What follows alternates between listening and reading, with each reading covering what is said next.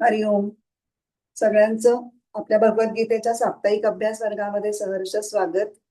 5व्या अध्यायाचा 11वा श्लोक आपण अर्धा संपवलाय की जवळपास संपत आणलाय. ज्ञानेश्वरी व्हायची. शेवटचे 2 पॉइंट सांगायचे ते सांगून मग ज्ञानेश्वरीकडे वळूया. पण सुरुवात आपण नेहमीसारखी प्रार्थनेने करूया. नारायणं नमस्कृत्य नरं चैव नरोत्तमं देवीं सरस्वतीं व्यासं ततो जयमुदीरये। वसुदेवसुतं देवं कंसचाणूरमर्दनं देवकी परमानन्दं कृष्णं वन्दे जगद्गुरुं। मूकं करोति वाचालं पङ्गुं लङ्घयते गिरिं यत्कृपातमहं वन्दे परमानन्दमाधवं। हरिः ओम्। हरिओम. 11वा श्लोक आणि गीताईचा श्लोक म्हणूयात आणि मग मी विवेचनाला सुरुवात करते. कायेन मनसा बुद्ध्या केवलैरिन्द्रियैरपि योगिनः कर्म कुर्वन्ति सङ्गं त्यक्त्वात्मशुद्धये। देहामनाने बुद्धीने इंद्रियांनी हि केवळ आत्मशुद्ध्यर्थ निसंग योगी कर्म अनुष्ठिती.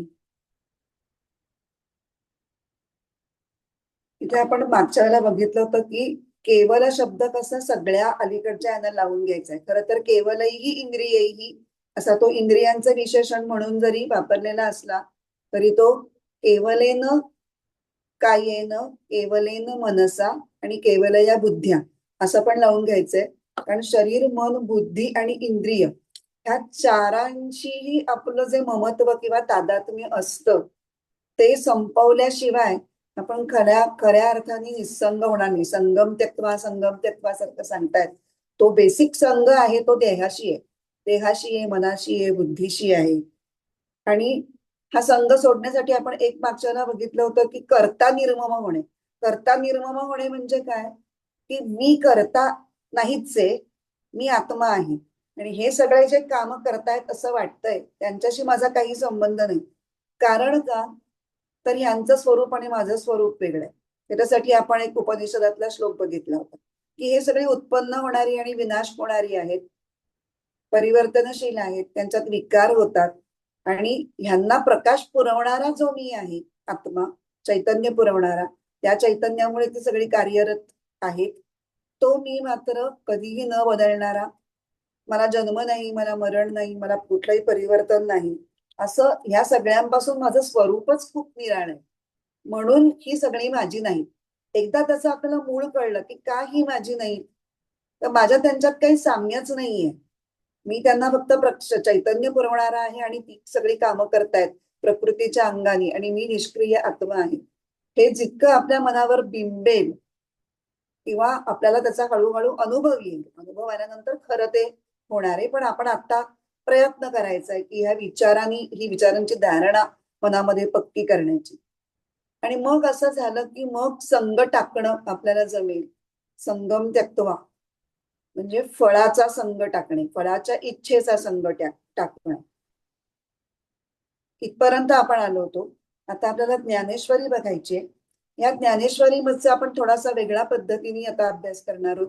एरवी आपण ज्ञानेश्वरीचे ओवी अर्थ असं सगळ्या जेवढ्या केवढ्या ओव्या असतील तेवढ्या वाचून घेतो आणि मग आपण त्यातल्या काही सिलेक्टेड ओव्यांवरती विवेचन, असं आपला साधारण फॉर्मॅट आहे. पण इथे ओव्या जास्त आहेत आणि त्या 51 ते 70 ओव्या या आपल्याला बघायच्या आहेत. तर त्या विषयाच्या संदर्भात आपण बघत जाऊ. तर आता आपल्याला जे बघायचं आहे की फक्त शरीरानी, फक्त मनानी, फक्त बुद्धीनी आणि फक्त इंद्रियांनी योगी कर्म करतात म्हणजे काय आणि कसं, हे ज्ञानेश्वरांनी अतिशय सुंदर सांगितलंय. त्यामुळे आपण एकेका छोट्या छोट्या विषयामधल्या त्यातल्या ओव्या बघू. तर आपण सुरुवात करूया ओवी क्रमांक 51-52. ह्याच्यामध्ये जे सांगितलेलं आहे ते केवलेन कायेन म्हणजे फक्त शरीराने कर्म करणे, हा मुद्दा ज्ञानेश्वर कसा सांगतात तो खूप बघण्यासारखा आहे. आधी ओवी आणि अर्थ 51-52 वाचून घेते आणि मग सांगते. देखे बुद्धीची भाष नेणीजे मनाचा अंकुरंदू दैजे ऐसा व्यापारू तो बोधिजे शारीरुगा. ज्या कर्मात बुद्धीची गोष्ट काढावयासही नको आणि मनाचे पाटेही फुटत नाहीत, ते कर्म शारीर म्हणावे.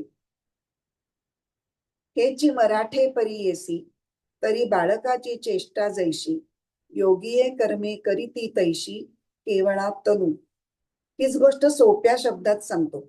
मराठे परी येसी म्हणजे मराठी म्हणजे सोपं, जास्त सोपं करून सांगतो.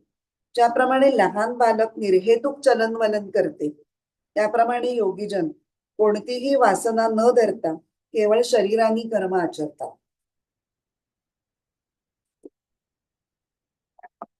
जिथे जिथे गोष्ट म्हणजे कन्सेप्ट अवघड होतो, तिथे तिथे ज्ञानेश्वरीचा आधार घेतला की तीच गोष्ट थोडी आपल्याला समजायला थोडी सोपी पडते. कारण कुठला तरी दृष्टांत देतात. दृष्टांत आणि उदाहरण दिलं की आपल्याला समजायला जरा सोपं पडतं. इथे कुठलं उदाहरण दिलंय? एकदा असं एखादं लहान मूल स्वतःशीच खेळत असतं.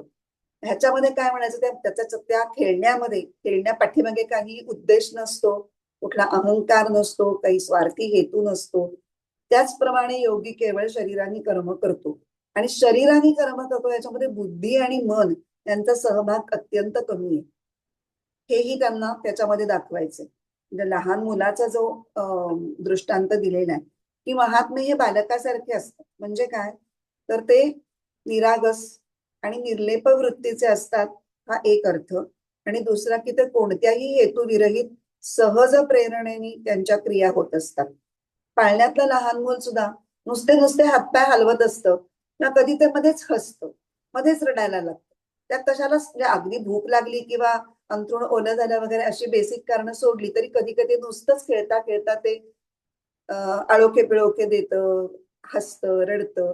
हे कुठल्याही कारणाशिवाय चालू असतं. त्यातला फक्त आपला तो मूळ मुद्दा बघायचा की दृष्टांत हा एखाद्या विशिष्ट गोष्टीच्यासाठी दिलेला असतो, तेवढी गोष्ट धरायची, अख्खा दृष्टांत बघत बसायचा ना, नाही तर मग ते सगळं गणित चुकतं. इथे रामकृष्णांच्या जीवनातला एक छोटा प्रसंग या संदर्भात बघितला तर आपल्याला अगदी ही जी उपमा दिली ना ती पटेल. रामकृष्ण एकदा असे सहजच बसलेले असतात आणि त्यांच्या आजूबाजूला त्यांचे काही तरुण शिष्य बसलेले असतात. तर ते अगदी मौनात असतात, शांत, अगदी निवांत असतात. मध्येच ते हसतात, पुन्हा शांत होतात, परत हसतात. असे 2-3 वेळेला होतं. आणि मग ते म्हणतात शिष्यांना, मला हसू येतंय, पण का ते माहित नाही. म्हणजे तिथे कुठलाही विनोद घडला नाहीये, कुणीच विनोदी वागलं नाहीये, काही नाहीये. आणि किंवा त्यांना काहीतरी आठवतंय, विनोदी काहीतरी पूर्वी घडलेलं आठवतंय आणि मग त्याचं हसू येतंय, असं सुद्धा नाहीये. ते त्यांना सहजच हसायला येतंय. मग त्यांच्या मनातला जो आनंद आहे तो त्या हसण्यानी बाहेर पडतोय, इतकंच. बाकी त्या हसण्याला काही कारण मीमांसा नाहीये, लॉजिक नाहीये. आणि त्याच वेळेला ते स्वतःकडे बघतायत जणू काही की अरे आपण हसतोय, म्हणजे आपली जी कृती आहे त्याच्याकडे साक्षी भावाने ते त्याच वेळेला पाहतायत आणि ते शब्दात व्यक्त करतायत. आता खरं तर इथे ज्ञानेश्वर महाराजांनी जो दृष्टांत देऊन जे सांगायचा प्रयत्न केलाय त्याला एक्झॅक्ट हे उदाहरण आहे. आणि खरं तर हा प्रसंग खूप साधा आहे, म्हणजे ह्याच्याकडे लक्ष द्यावं किंवा कुणी त्याची नोंद केली नसती तरी काही बिघडलं नसतं, इतका हा वरवर साधा दिसणारा प्रसंग आहे. पण त्यांचे शिष्य, त्या शिष्यांच्या मध्ये महेंद्रनाथ गुप्त नावाचे त्यांचे शिष्य जे एम म्हणून आता प्रसिद्ध आहेत, तर त्या एम किंवा त्यांना मास्टर महाशय असं म्हणतात. तर त्यांनी हे सगळे असे त्यांच्या जीवनातले प्रसंग टिपून ठेवलेले, छोटे छोटे प्रसंग, छोट्या छोट्या वेळेला काही त्यांनी सांगितलं असेल, काही उदाहरणं दिली असतील. तर त्याचंच पुढे रामकृष्ण वचनामृत नावाचं पुस्तक तयार झालं. आणि ज्याच्यामुळे त्यांनी ते टिपून ठेवल्यामुळे आपल्याला जो उपयोग होतो की इथे आपल्याला एक सहज उदाहरण आपल्याला इथे बघायला मिळालं की नाहीतर आपल्याला कळत नाही फक्त शरीराने कर्म करणं म्हणजे काय आणि कुठल्याही हेतूशिवाय करणं म्हणजे काय. पण आपण खरोखरच कुठलीच गोष्ट निर्हेतुकपणे सहसा करतच नाही. छोटा तरी हेतू त्याला त्याच्यामध्ये असतोच. तर त्यामुळे त्या एम महाशयांनी हे सगळं लिहून ठेवल्यामुळे रामकृष्णांच्या शब्दांचा, त्यांच्या बारीक सारीक कृतींचा, भक्ती, ज्ञान, योग यांच्या तत्वानुसार आपल्याला त्यांचा अर्थ लावणं आणि आपल्याला गोष्टी समजून घेणं, तत्व समजून घेणं हे पुष्कळ सोपं झालंय. आता इथे बालकाप्रमाणे चेष्टा हा विषय चाललाय. तो अष्टावक्र गीतेमध्ये अष्टावक्रांनी सुद्धा म्हटलेलं आहे एका ठिकाणी.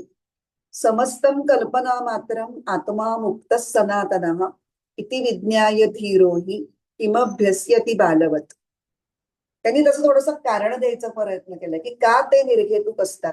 ते निर्हेतुक असतात तर त्यांना माहिती असतं सगळं विश्व हे कल्पनामयच आहे. आपल्याला वाटतं की एखादी विशिष्ट कल्पना केली म्हणजे कल्पना, पण जे सगळंच आहे ते कल्पनेनं निर्मित झालेलं आहे. हे हा आपला अनुभव नसतो, हा ज्ञानीचा अनुभव असतो. ज्ञानीला त्याच्यातलं खोलपणा, त्याच्यातलं भासात्मकता ही त्याला जाणवलेली असते आणि त्यामुळे तो मुक्त असतो. आणि एखादा लहान मूल जसं कुठल्याही चिंता विरहित मुक्त जीवन आनंदात जगत असतो तसे ते जगत असतात. पण असं असलं तरी त्यांच्या वागण्यामध्ये बालिशपणाच असतो प्रत्येक वेळेला, असं नाही. हे त्यांनी अजून एका पुढच्या श्लोकात सांगितलं. सर्वारंभेषु निष्कामो यश्चरेत बालवत मुनिः न लेपस्तस्य शुद्धस्य क्रियमाणेपि कर्मणि. मुनी कर्माचा आरंभ म्हणजे प्रत्येक कर्म हे लहान मुलाप्रमाणे निष्कामपणे आणि कर्तृत्व भाव विरहित वृत्तीने करतात आणि त्यामुळे त्यांना कर्माचा लेप लागत नाही. असं इथे केवलेन शरीरेन, हे आपलं केवलेन कायेन, हा आपला पहिला भाग झाला. आता केवलेन मनसा बघायचंय आपल्याला, तर ह्याच्यासाठी ओव्या वाचायच्या 53 ते 56.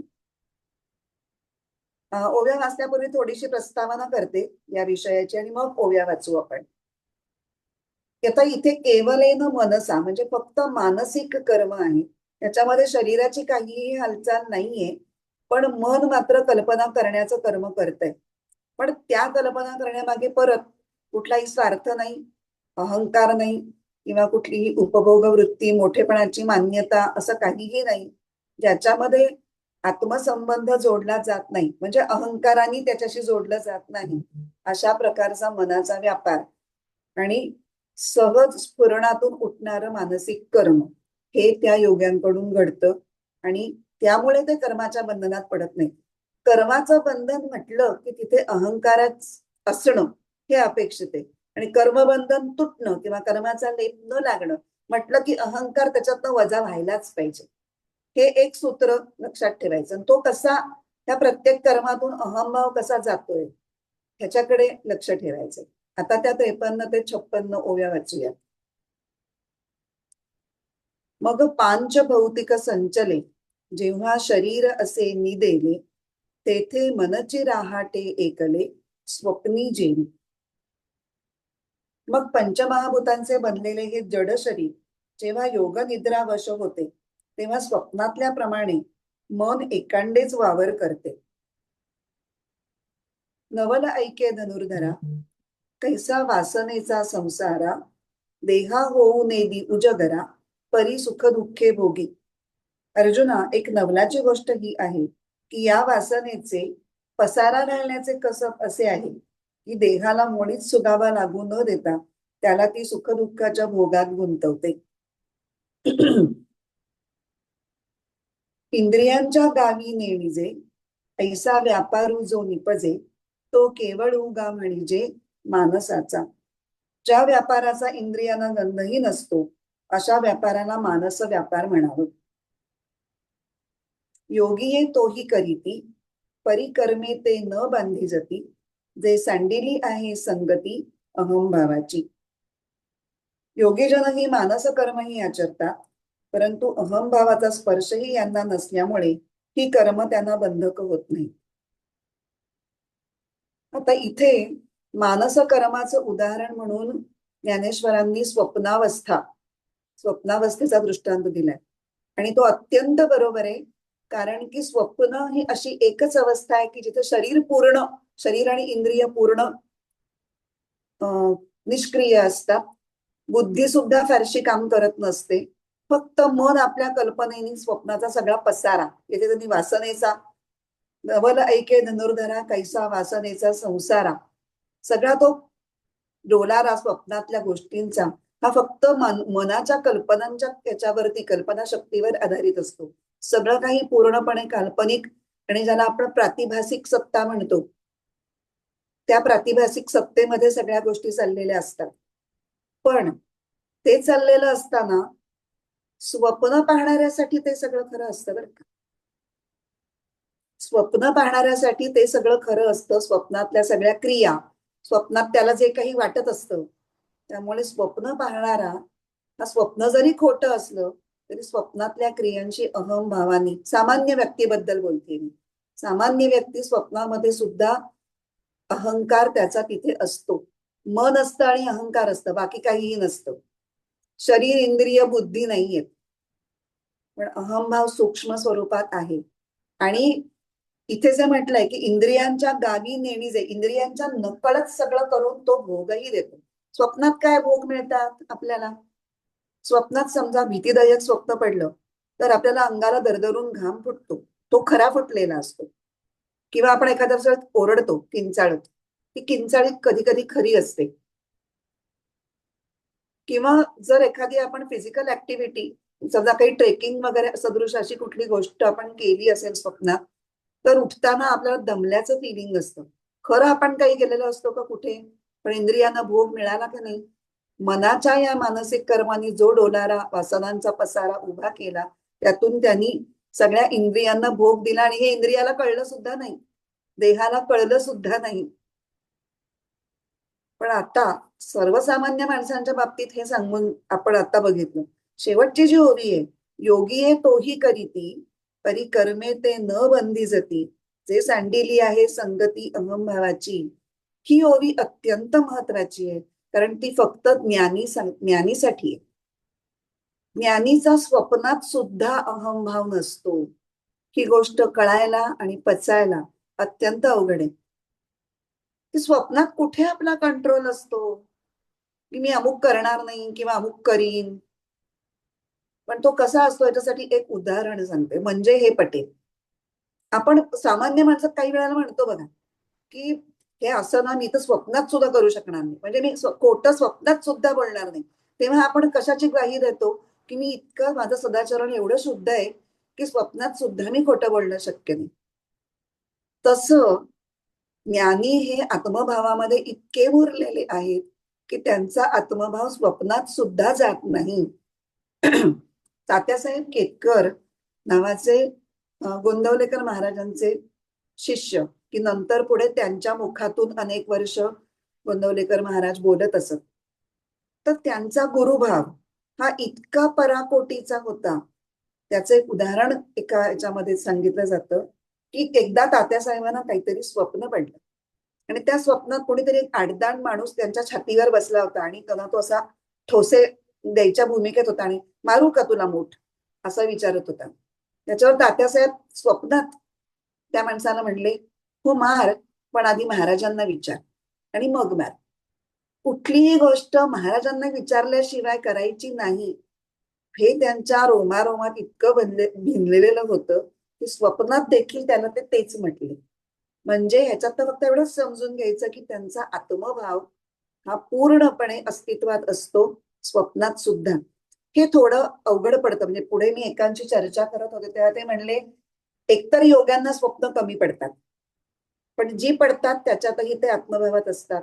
आणि काही योगी तर आपला अनुभव असं सांगतात की आम्हाला सुषुप्तीचा अनुभवच नाहीये.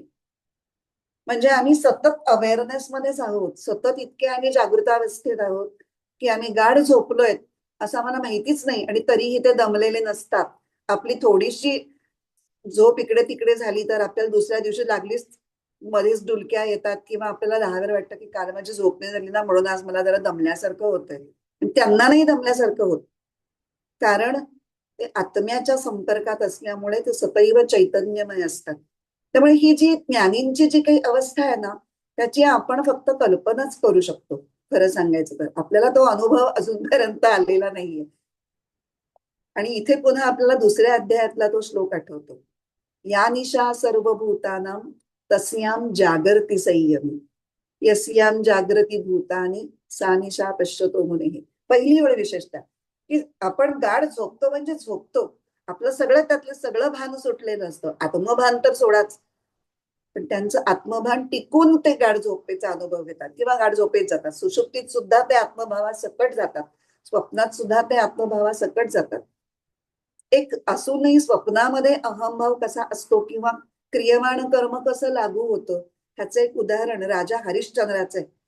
राजा हरिश्चंद्राच्या स्वप्नात विश्वामित्र येतात आणि त्याचं सगळं राज्य त्याला मागतात आणि स्वप्नात तो त्यांना दान करतो आणि मग दुसऱ्या दिवशी सत्यात येऊन ते त्याच्याकडनं राज्य काढून घेतात किंवा त्याला तो राज्य सोडून तो बाहेर पडतो. विश्वामित्रांच्या हातावर तो म्हणजे स्वप्नात दिलेला आहे. म्हणजे आपल्याला स्वप्नातल्या गोष्टी थोड्याशा खोट्या वाटतात, म्हणजे त्या खोट्या असतातही, पण मुळात कसं आहे की स्वप्न हे जसं काल्पनिक आहे, स्वप्नाची सत्ता आपण प्रातिभासिक सत्ता म्हणतो आणि जागृतावस्थेची आपण व्यावहारिक सत्ता म्हणतो आणि आत्म्याची सत्ता ही पारमार्थिक, अशा 3 सत्ता आपल्याला आहेत. त्याच्यातल्या खऱ्या 2च सत्ता आहेत, एक पारमार्थिक आणि दुसरी प्रतिभासिक.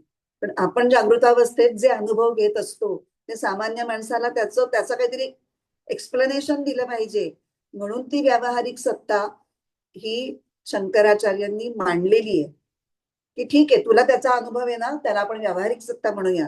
पण खरं बघायला गेलं तर ती पारमार्थिक नाही. म्हणजे कुठली आहे? ती प्रातिभासिकच आहे.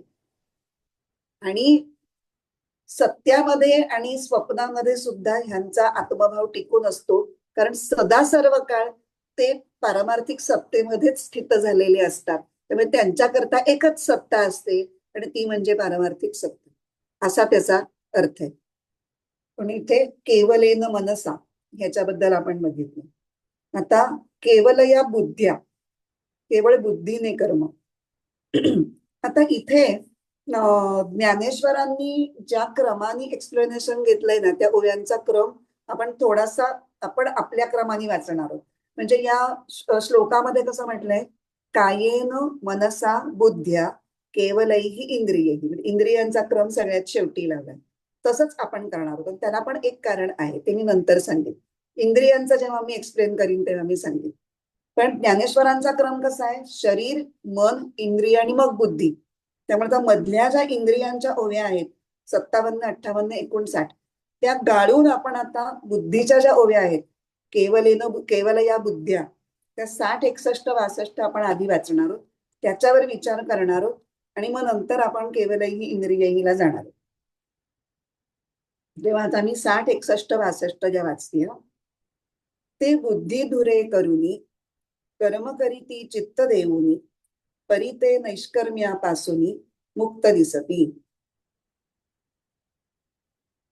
समजून उमजून जे जे कर्म केले जाते ते खरे खरे बुद्धीचे कर्म होय, असे श्रीकृष्ण अर्जुनास म्हणाले. मी तोच वाचलं ना, नाही 60वी वाचायची राहिली. मग सर्वत्र जे जाणते ते बुद्धीचे कर्म निरुते, ओळख अर्जुना ते म्हणे हरी. समजून उमजून जे जे कर्म केले जाते ते खरे खरे बुद्धीचे कर्म होय, असे श्रीकृष्ण अर्जुनास म्हणाले. ते बुद्धी धुरे करुनी कर्म करीती चित्त देऊनी परिते नैष्कर्म्यापासूनी मुक्त दिसती. नंतर कृष्ण पुढे बोलू लागले की ते बुद्धी पुरस्सर मन देऊन कर्म आचरतात, पण आपल्या निष्कर्म वृत्तीमुळे मुक्तच असतात. जे बुद्धीची ये ठाऊनी देही तया अहंकाराची सेची नाही, म्हणून कर्म करीती पाही चोखाळले. कारण बुद्धीच्या ठाण्यापासून या देहाच्या संबंधी त्यांच्या ठाई अहंभावाची आठवणही नसते आणि तेणे करून कर्म करीत असतानाच ते शुद्ध होतात. आता इथे आपण थोडासा विचार करूया. केवल या बुद्धी म्हणजे केवळ बुद्धीने कर्म. आता या केवळ बुद्धीने कर्म असं आपण जेव्हा म्हणतो तेव्हा त्याच्यामध्ये विचारांची प्रधानता असते. मनाच्या कर्मामध्ये कल्पनांचं प्राधान्य असतं. आणि मगाशी एक मुद्दा मला सांगायचा राहिला, केवलेन मनसाचं समजा व्यावहारिक उदाहरण बघायचं झालं, स्वप्नावस्थेत त्यांचा अहंभाव नसतो वगैरे, थोडंसं फार आपल्या शक्तीच्या पलीकडे झालं. पण सत्यामध्ये त्यांचं असं कुठलं मानसिक कर्म असतं की ज्याच्यामध्ये अहंभाव नसतो? तर उपासना करणं. उपासना कर्म सुद्धा त्यांचं अत्यंत निष्काम आणि अहंकार विरहित असतं. मी करतो आहे, मी जप करतो आहे, मी ध्यान करतो आहे, मी पूजा करतो आहे, ही त्यांचा अहंभाव विरलेला असतो. आणि याचं उदाहरण परत रामकृष्ण परमहंस. रामकृष्ण परमहंस कालीमातेची जी पूजा करत असत त्याच्यात ते कालीशी इतके एकरूप झालेले असत की ते काही वेळानंतर स्वतःचीच पूजा करू लागत. म्हणजे ते त्यांचा अहंभाव किती जावा त्याचं पराकोटीचं उदाहरण आहे की, आणि कुठलंही उपासना कर्म हे जरी शारीर वाटलं काही वेळा, तरी ते खरं म्हणजे मनाच्या साथीबरोबर असायला हवं. जप करतो आहोत, वाणी शब्दानी नाम उच्चारते आहे, पण जर मनाने ते घेतलं गेलं नाही तर त्या शरीरकर्माचा उपयोग नाही. म्हणजे ती उपासना खऱ्या अर्थाने पूर्णत्वाला जातच नाही. एक वेळ तुम्ही वाणीने उच्चार केला नाही पण मनाने घेतला, जसे काही जण श्वासावरती नाम घेतात, जे फारच मोठे अधिकारी पुरुष असतात त्यांचं अखंड, त्याला अजपा जप असं म्हणतात, की श्वासागणिक त्यांचा श्वास जसा चालू असतो. श्वास कधी थांबतो का? नामही गत्य तसंच कधीच थांबत नाही. हे पूर्णपणे मनसा कर्म चालू असतं. आणि मी जप नाम घेतो आहे हा अहंभावाचा पूर्ण शून्य असतं तिथे. अहंभाव विरहित ते मानस कर्म केलं जातं. तेव्हा अहंभाव विरहित निष्काम केलेली उपासना आणि अमुक अमुक मिळवण्यासाठी मी ही उपासना करते हा हेतू तर नसतोच नसतो. फक्त करायचे म्हणून, परमेश्वराचं प्रेम आहे म्हणून करतात ते. चिन्मय यांचे गोंदवलेकर महाराजांचे शिष्य ब्रह्मानंद महाराज, त्यांचे पण आपण एकदा बघितला होता हा प्रसंग, की त्यांनी काहीतरी 13 कोटी वगैरे जप केला. मग बाकीच्या शिष्यांना जेव्हा कळलं तेव्हा, अरे केवढी मोठी गोष्ट आहे, काहीतरी आपण आता साजरा करायला पाहिजे, एवढा तुझा जप झाला. तर साजरं काय करायचंय, एवढं काही महान झालेलं नाहीये. असं कसं तू म्हणतोस, मग केलंच कशाला तू, एवढं महान वाटत नव्हतं तुला तर? काही नाही, महाराजांना आवडतो ना नामजप केलेला, गुरूंच्या प्रतीची निष्ठा एवढी, गुरु म्हणजेच परब्रह्म. त्यामुळे गुरूंसाठी मी करतोय, गुरूंना आवडताय म्हणून मी करतोय, माझं त्याच्यात काहीच नाहीये. 13 कोटी जप केला म्हणून कुठे टिमकी नाहीये की बघा बघा मी कसे 13 कोटी जप केला. हे जे आहे ना ते सत्यातलं मानसिक कर्म, फक्त मानसिक कर्म, अहंभाव विरहित. आता परत केवल या विद्यालयात मध्येच मला तो पॉइंट सांगायचा राहिला, ते आठवलं. कारण स्वप्नातलं थोडं आपल्याला पचायला जड जातं, सत्यातलं पण आपल्याला कळायला पाहिजे, कारण आपल्याला त्याच्यात काहीतरी करता येण्याजोग आहे म्हणून. तर बुद्धीनी कर्म याच्यामध्ये विचारांची प्रधानता ही प्रमुख असते. फक्त त्याच्यामध्ये एक गोष्ट लक्षात ठेवायची, की ही जी बुद्धी असते विचार करणारी, ती पुन्हा देहबुद्धी नसते, देहाशी संबंधित बुद्धी नसते. म्हणजे हे कर्म करून मला देहाचं सुख मिळवायचंय किंवा स्वतःला मोठेपणा मिळवायचा आहे, असा तिथे कुठेही यत्किंचितही हेतू त्याच्यामध्ये नसतो. मग एखाद्या उपक्रमाची उत्स्फूर्तपणे आखणी करणं, कुठल्या गोष्टी, एखाद्या उत्सवाचं नियोजन करणं, पण हे बौद्धिक कर्म आहे. पण परत त्या बौद्धिक कर्मामध्ये स्वतःचा देह, स्वतःचा व्यक्तिमत्व, त्याचा कशाशीही संबंध नाही. ईश्वर प्रेरणेनुसार जो हेतू त्यांच्या मनामध्ये उद्भवतो, त्या हेतूला अनुसरून जे जे करणं योग्य ते ते मंडळी ते बुद्धी पुरस्सर, म्हणजे बुद्धीचा उपयोग करून विचारपूर्वक ते काम करतात. आता एक परत उदाहरण बघू म्हणजे आपल्याला कळेल.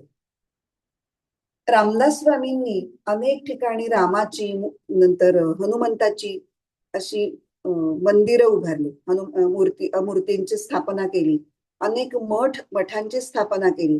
त्या सगळ्या मठांचं सगळं सेट केलं रुटीन, की त्या मठांच्या तिथे कोण मठाधिपती असेल, त्याच्यातनं काय काय कसे कसे उत्सव साजरे केले पाहिजे, तर रामदासींची दिनचर्या कशी पाहिजे. मी कधी बघितलं तर संसार केला असं म्हणायला काय हरकत आहे, बऱ्याच गोष्टी केल्या ना त्यांनी, पण ह्याच्यामध्ये त्यांचा वैयक्तिक स्वार्थ कुठे होता का, किंवा मी हे करतोय मोठेपणाचा हेतू होता का? नाही. पण बुद्धीचं कर्म त्यांनी भरपूर केलं, त्याच्यामध्ये समष्टी कल्याणाचा हेतू होता.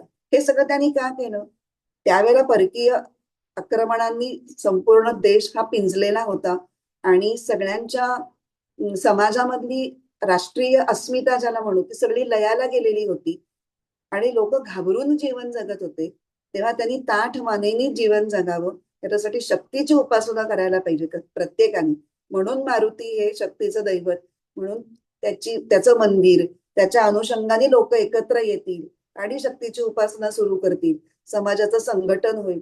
या समष्टी कल्याणाच्या उच्च हेतूसाठी बुद्धी वापरून त्यांनी हे काम केलं होतं.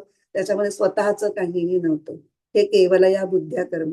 तसंच त्याच काळातले शिवाजी महाराजांनी राज्य उभं केलं, पण त्यांच्या पाठीमागची भूमिका काय होती? की हे हिंदवी स्वराज्य व्हावे, हे तो श्रींची इच्छा. स्वतःसाठी नव्हतं, स्वार्थासाठी नव्हतं की मी राजाचं ऐश्वर्य उपभोगेन आणि मी अधिकार गाजवेन, असा हेतू नव्हता. त्यामुळे ते केवळ बुद्धीने केलेलं कर्म. आणि काही वेळेला बुद्धीच्या अंगाने अशा स्वरूपाचं कुठलं सामाजिक काम केलं गेलं असेल तर ते कर्म बुद्ध, पण त्याच्यामध्ये वैयक्तिक लाभ असेल तर ते कर्म दिसायला तसंच दिसतं बरं का. वैयक्तिक लाभाच्या हेतूने केलेलं सामाजिक कर्म हे सुद्धा बौद्धिक कर्मच असतं. पण त्याचा परिणाम काय असतो, आता आपल्याला परिणामांशी खूप घेणं देणं आहे. कारण आपण इथे कर्मानी लिप्त न होणे या गोष्टीविषयी बोलतोय की नाही. तर जे बौद्धिक कर्म अहंकारविरहित असतं त्यांनी तुम्हाला कर्माचा लेप लागत नाही. आणि जे बौद्धिक कर्म अहंकाराने केलेलं असतं ते दिसायला बरोबर जरी सारखंच दिसलं तरी त्यांनी तुम्हाला लेप लागतो, चित्तावर आसक्तीचा लेप लागतो, अपेक्षांचं ओझं लादलं जातं. आणि ह्याचं पण उत्तम उदाहरण म्हणजे राजकीय पुढारी जे पुढे येऊन काही सामाजिक गोष्टी करतात, लागलीच त्यांचे सगळीकडे फ्लेक्स लागतात. त्याच्यामध्ये त्यांची लोकप्रियता वाढवणं, लोकसंपर्क वाढवून मग त्याचं रूपांतर त्यांच्या मतपेटीमध्ये मत वाढण्यामध्ये होणं, त्यांचं पॉवर वाढणं, हे सगळं त्यांच्यामध्ये असतं. हा सगळा स्वार्थ असतो. त्यामुळे ते जरी सामाजिक कार्यच वाटलं किंवा असतं, ते नसतं असं नाही, पण त्यांना ते कर्म बंधनकारक ठरतं. आणि इकडे शिवाजी महाराजांचं उदाहरण आपण बघितलं किंवा रामदास स्वामींचं बघितलं तर ते सगळ्याच्या पलीकडे असतात. अत्यंत शुद्ध हेतूने केलेलं ते बुद्धीचं कर्म असतं. आता आपण पहिले जे 3 बघितले, शरीरानी कर्म, मनानी कर्म आणि बुद्धीनी कर्म, ह्याचा एक छोटासा आढावा घेऊन मग आपण इंद्रियांच्या कर्माकडे जाणार आहोत. त्याचं एक कारण आहे. शारीरिक कर्म कसं असतं, पहिलं बालकासारखी चेष्टा, पण त्याच्यामध्ये अगदी छोटासा का होईना एक तत्कालीन उद्देश असतो. म्हणजे समजा एखादं छोटं मूल असं खुळखुळा वाजवत पडलंय आणि त्याचा नाद ऐकण्यात ते गुंगलंय, म्हणजे छोटीशी क्रिया बघून, तर त्याच्यामध्ये काही अहंकार नाहीये, बुद्धीचा विचार नाहीये. हे जरी खरं असलं तरी खुळखुळं हलवणं, त्याचा नाद ऐकणं, त्याच्यामध्ये चित्त बहिर्गामी आहे. विषयात बाहेरच्या जगातल्या वस्तूंकडे ते आकर्षित झालेलं आहे. आता दुसरं पुढे केवळ मनाच्या कर्मामध्ये कल्पना ही प्रधान असते. त्याच्यामागून बुद्धीचा विचार येतो पण तो काही प्रमाणात असतो. आणि केवळ बुद्धीच्या कर्मामध्ये विचार प्रधान असतो, इच्छा आणि कल्पना ह्या कमी प्रमाणात असतात. केवळ बुद्धीचं कर्म म्हणू की याच्यामध्ये शरीर मन हे खूप कमी प्रमाणात असतं. समजा कॉम्प्युटरवरती एखाद्या कॉम्प्युटरचा वापर करून एखाद्या प्रोजेक्टचं प्लॅनिंग करायचं असेल तर आपण डोळ्यांनी त्या स्क्रीनकडे बघतो किंवा आपल्या बोटांनी आपण कीबोर्डच्या कीज प्रेस करतो वगैरे वगैरे, अशा काही छोट्या छोट्या क्रिया आपल्याकडनं होतात. पण त्याचं काही महत्व नसतं. महत्व आपण जे बुद्धीने विचार करून करत असतो त्याचं असतं. त्यामुळे ते केवळ या बुद्ध्या कर्म ह्या सदरामध्ये मोडतं. तर आता ह्याच्या नंतर इंद्रियांचं कर्म हा जो टॉपिक आलेला आहे, केवलैहि इंद्रियैहि अपि. तर जेव्हा चित्त हे आत्ममग्न असतं तेव्हा इंद्रियांनी जरी बाह्यतः कर्म होत राहिलं असं दिसलं तरी एकूण सगळ्या वृत्ती या जणू काही शून्यावर आलेल्या असतात. वृत्तीमध्ये सगळ्या येतात ना, विचारवृत्ती म्हणजे बुद्धीच्या विचारवृत्ती किंवा मनाच्या कल्पना वृत्ती या सगळ्या खंडावलेल्या असतात, जवळपास थांबलेल्या असतात. संबंधित विषयाशी इंद्रियाचा संयोग झालेला असतो पण चित्ताचं अवधान त्याच्याकडे नसतं. त्यामुळे इंद्रियांच्या स्तरावरती वरवर काम चालू असलेलं दिसतं पण मनाने त्या कार्यामध्ये गुंतलेले नसतात ज्ञानी लोक. उदाहरण बघूया की एखादा आत्ममग्न योगी जर असा बागेतून फिरत असला किंवा एखाद्या माळरानावर फिरत असला तर आजूबाजूचं सभोवतालचं दृश्य त्याला दिसत नाही का? डोळ्यांनी दिसतं. किंवा काय पक्षी आवाज करत असतील कानाने ऐकू येतात, थंडगार वाऱ्याची झुळूक स्पर्शाने कळते, फुलांचा वास नाकाने कळतो.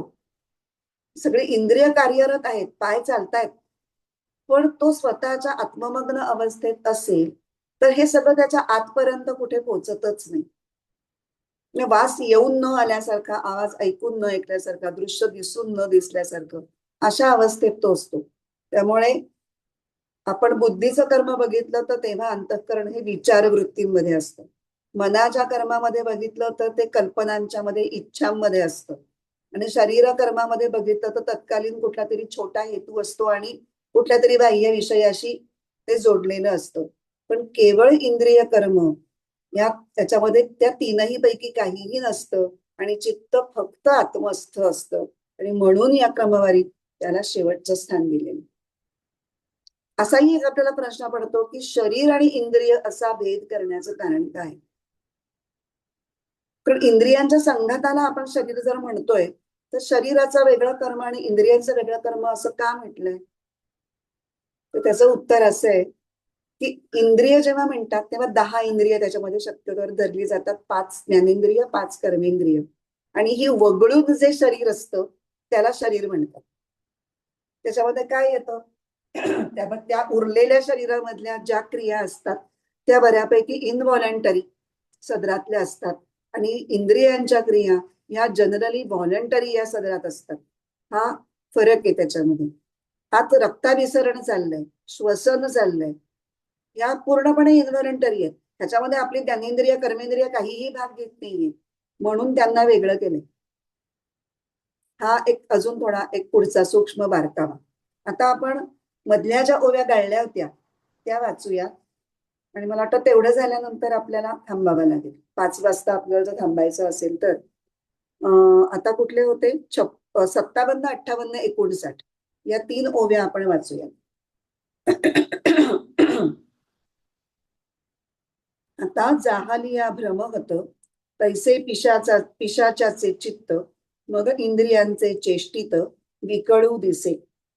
पिसाटाच्या चित्ताप्रमाणे जेव्हा एखादा माणूस भ्रमिष्ट होतो तेव्हा त्याच्या इंद्रियांच्या क्रिया विक्षिप्तपणाच्या दिसू लागतात. स्वरूप तरी देखे आडविले ऐके शब्दू बोले मुखे परी ज्ञान नाही. त्याला भोवतालच्या वस्तूंच्या व माणसांच्या आकृती दिसतात. हाक मारली असता ऐकू जाते. तो स्वतः तोंडाने बोलू शकतो परंतु त्याला काही कळत आहे असे दिसून येत नाही. हे असो काजे घेणं जे जे काही करणं ते केवळ कर्म जाणं इंद्रियांचे. आता अधिक पालनाळ नको. एकंदरीत कोणतेही कारण नसताना जे कर्म घडून येते त्याला इंद्रिय कर्म म्हणावे.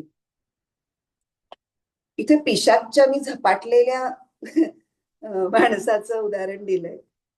इथे पुन्हा रामकृष्ण जीवन प्रसंग बघितला की ते आपल्याला पटेल. कारण नाहीतर आपल्याला वाटतं की काही वेड्यासारखं वागणं वागतात की काय ही माणसं. तर असतात काही ज्ञानी माणसं अशी थोडी विक्षिप्त वागत असतात आणि त्यांच्या कृतींचे आपल्याला अर्थ लागत नाहीत.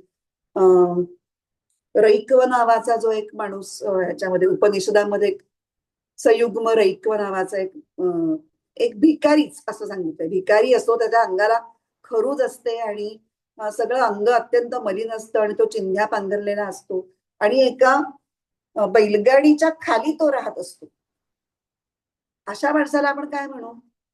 असंच काहीतरी म्हणू ना, पिसाटलेला किंवा वाया गेलेला भिकारी.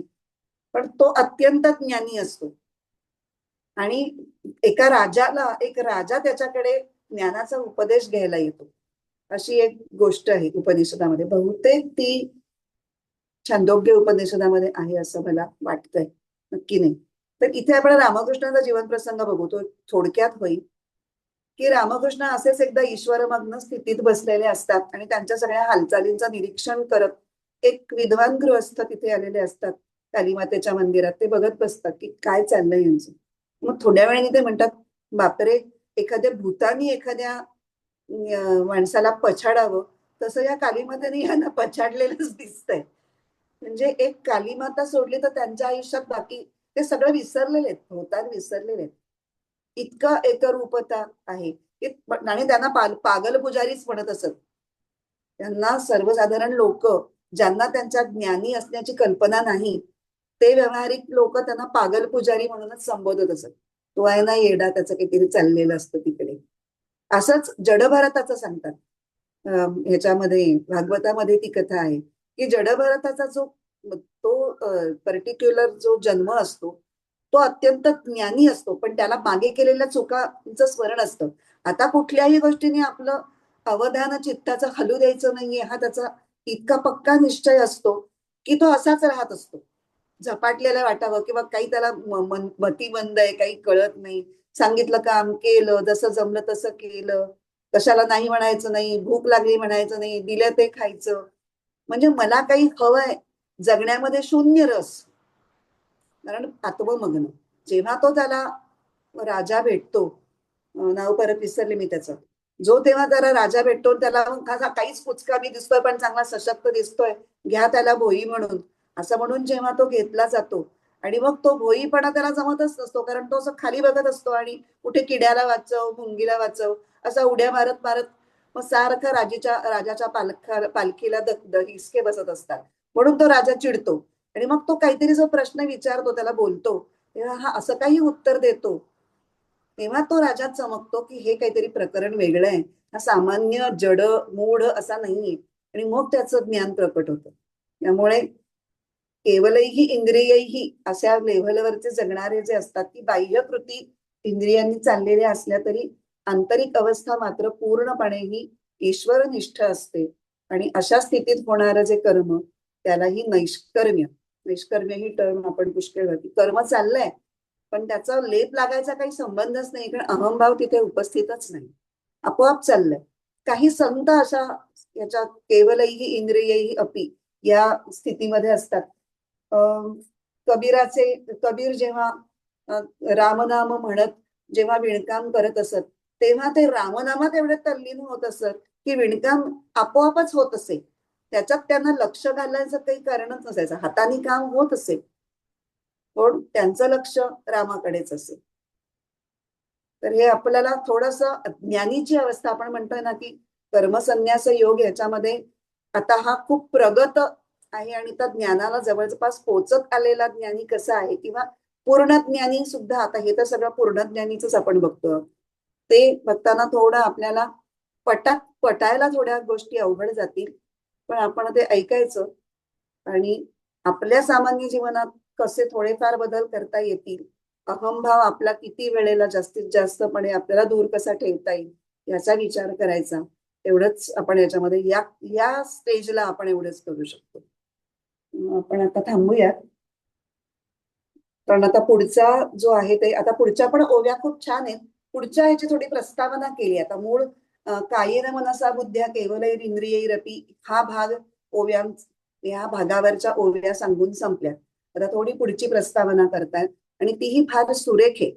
आणि एरवी आपल्याला ज्या गोष्टी कळल्या नसत्या त्या इथे या ज्ञानेश्वरीच्या माध्यमातून आपल्याला समजून त्याचा आनंद घेता येईल. त्यामुळे आपण ते पुढच्या वेळेला बघूया.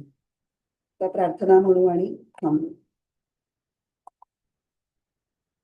ॐ पूर्णमद पूर्णमिदं पूर्णात् पूर्णमुदच्यते पूर्णस्य पूर्णमादाय पूर्णमेवावशिष्यते. ॐ शान्ति शान्ति शान्तिः. हरिः ॐ श्रीगुरुभ्यो नमः. हरिः ॐ.